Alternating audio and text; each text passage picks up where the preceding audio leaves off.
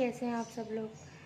तो आज हम अपने किचन में बनाने जा रहे हैं स्टू, जो कि बहुत ही मज़े का बनता है। बीफ स्टू भी कहते हैं इसको, आप चाहें तो मटन स्टू भी बना सकते हैं।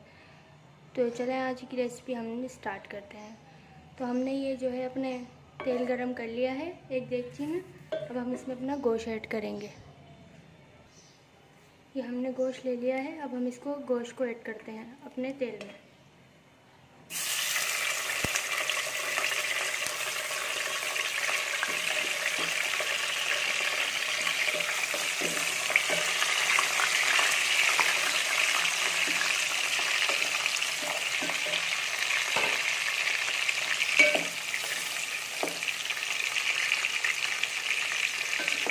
तो आप लोग देख सकते हैं हमने इसमें अपना गोश्त जो है वो ऐड कर लिया है। अब हम इसमें बाकी चीज़ें भी ऐड करेंगे अपने।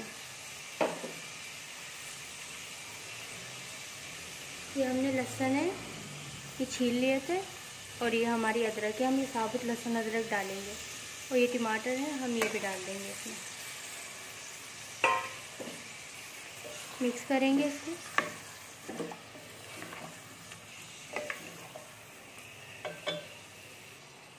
अब हम इसमें अपना गरम मसाला, हल्दी और नमक ये भी ऐड कर देंगे साथ ही।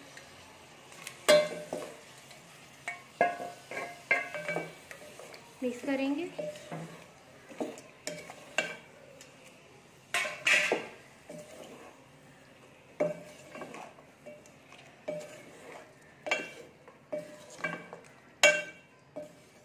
बहुत अच्छा स्टू बनता है, आप लोग ज़रूर ट्राई कीजिएगा। अब हम इसमें पानी ऐड करेंगे।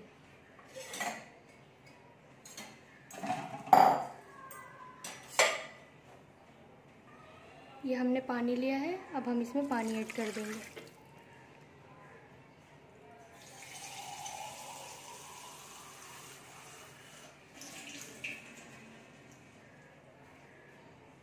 हमने 1.5 गिलास पानी ले लिया है। अब हम इसको गलाने के लिए रख देंगे। चला लेंगे, मिक्स कर लेंगे।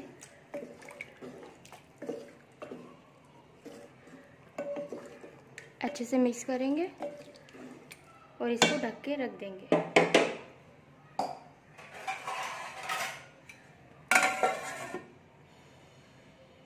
इसका हम 70% गोश्त पकाएंगे, ज़्यादा नहीं पकाएंगे। बाद में हम प्याज वगैरह डालेंगे तो उसमें गोश्त आधा जो वो पक जाएगा बाद में। तो चले मिलते हैं हम गोश्त गल जाने के बाद। तो ये आप लोग देख सकते हैं हमारा गोश्त जो है वो गल चुका है।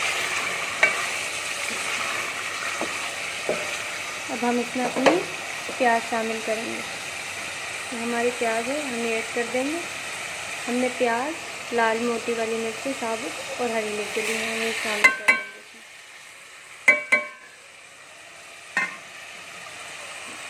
मिक्स करेंगे इसको।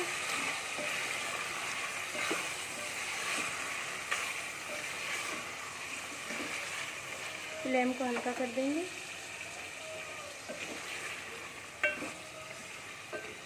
ये आप लोग देख सकते हैं हमने अपने इसमें दही भी शामिल कर लिया है। अब हम इसको मिक्स करेंगे। तो आप लोग देख सकते हैं हमने अपने गोश्त को अच्छी तरीके से मसाले वगैरह सब मिक्स कर लिए हैं। अब हम इसको 8 से 10 मिनट के लिए दम पे रख देंगे। तो बीस हमने इसे ढक दिया है। अब हम इसे 8 से 10 मिनट के लिए दम पे रख रहे हैं। हमारा स्टू जो है वो बन के तैयार है फाइनली, आप लोग देख सकते हैं। मिलते हैं आपसे नेक्स्ट वीडियो में, तब तक के लिए अल्लाह हाफ़िज़।